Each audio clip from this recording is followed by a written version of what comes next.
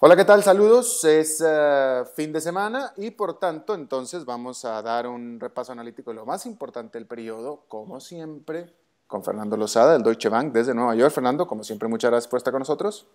Alberto, ¿cómo estás? Bien, afortunadamente. Se cumplió una semana de que se llegaron estos, desde Europa, transformadores acuerdos, el quinto acuerdo para salvar a la Unión Europea, el euro, etcétera, etcétera. ¿Fue así? ¿Se salvó la Unión Europea? ¿Se salvó el euro? O mejor dicho, ¿cuál es tu impresión después de una semana? Yo creo que los anuncios que se han hecho, no solamente en estas últimas 2 semanas, sino en el último mes, yo te diría están orientados en la dirección correcta, pero todavía no sabemos si esto será suficiente para evitar una fractura de la unión monetaria. Yo descarto totalmente que haya una fractura de la Unión Europea, porque esto es una cuestión política y de la Unión yo no veo ningún incentivo para que los países se salgan. La Unión Monetaria es otra cosa porque esto impone ciertas restricciones al manejo, sobre todo de política monetaria de cada uno de los países.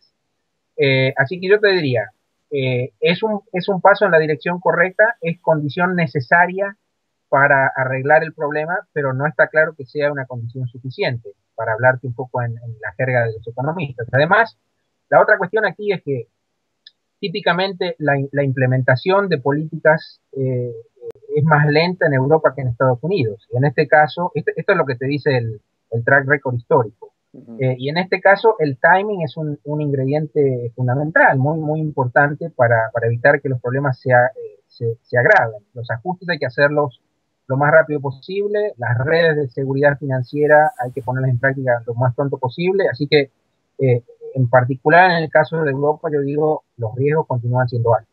Claro, sin embargo,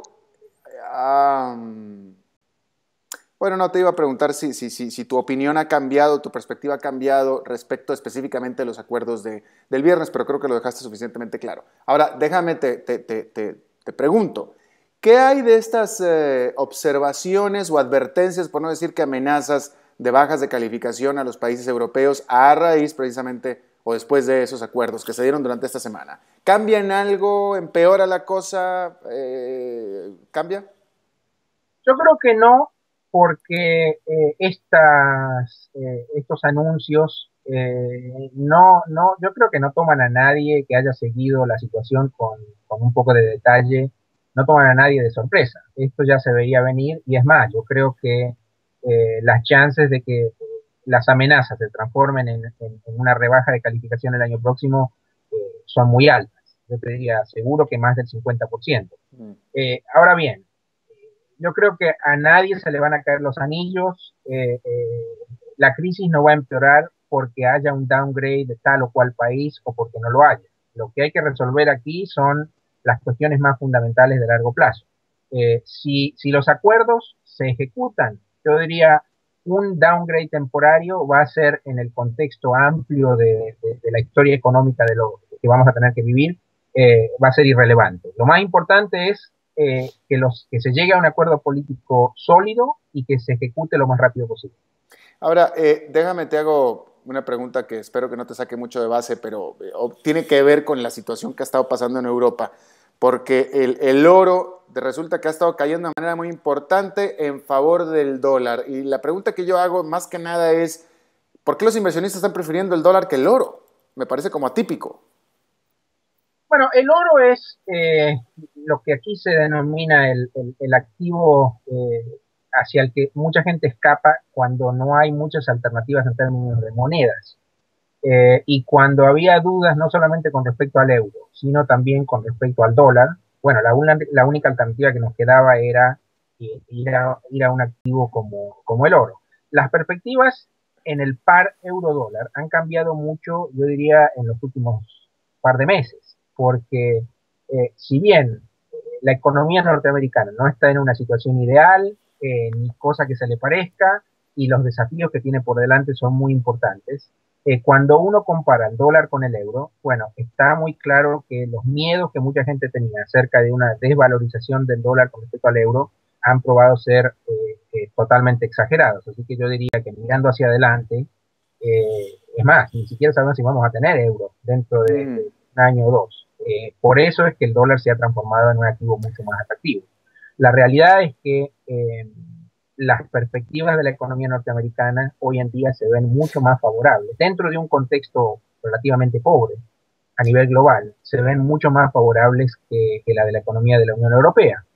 Por lo tanto, esto se traslada a que haya mayor demanda por el dólar. Y fíjate, te voy a pedir una disculpa, Fernando, porque quizá ahorita que te estoy escuchando, que me estás contestando una respuesta bastante interesante, pero quizá la dije mal, producto de mi dislexia, y dije euro en lugar de oro, porque quise decir oro, que el oro ha estado bajando demasiado importante con respecto, que ha estado perdiendo, y según los análisis que la gente ha estado vendiendo oro para comprar dólares, y esa es la parte que a mí me extraña, porque Sí, siempre como que el oro ha sido bastante...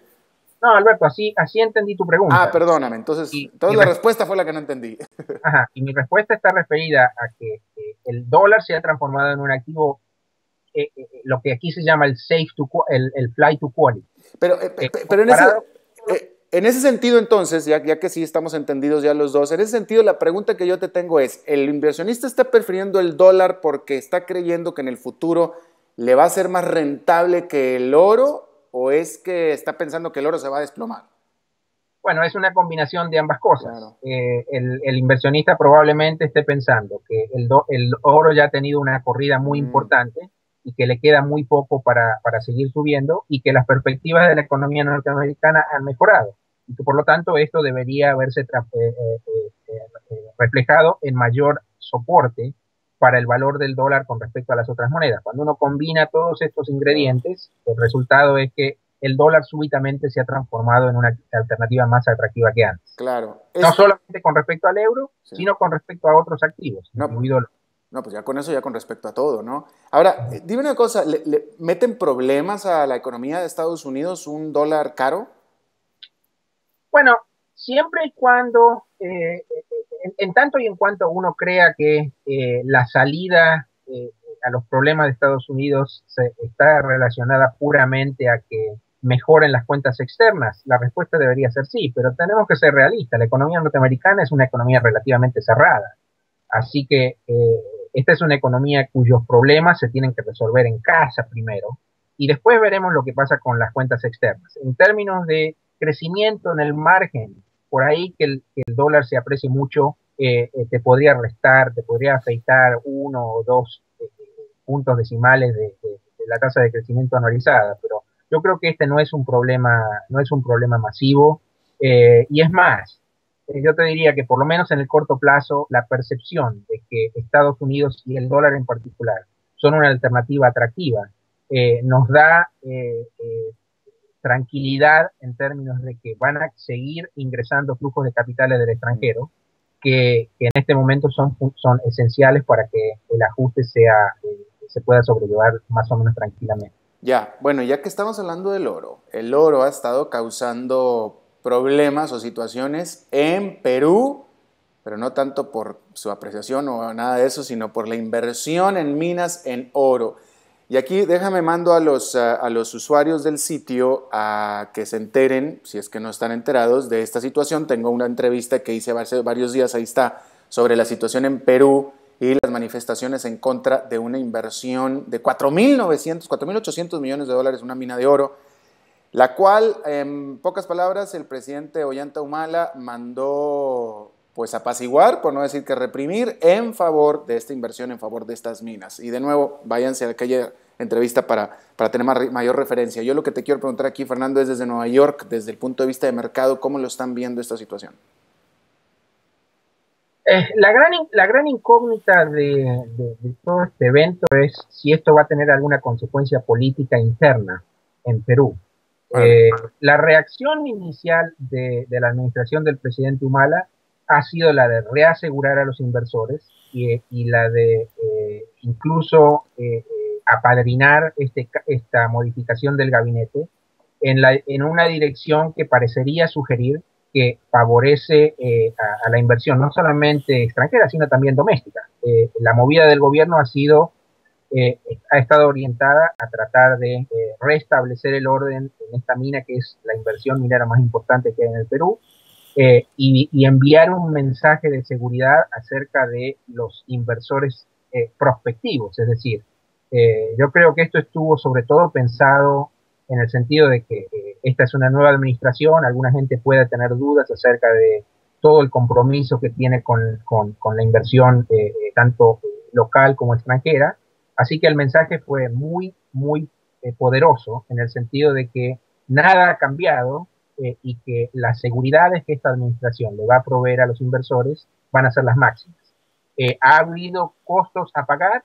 Ciertamente, porque no más de 4 meses después de hacerse cargo de la presidencia, ya el presidente Humala tuvo que hacer un cambio muy profundo en su gabinete.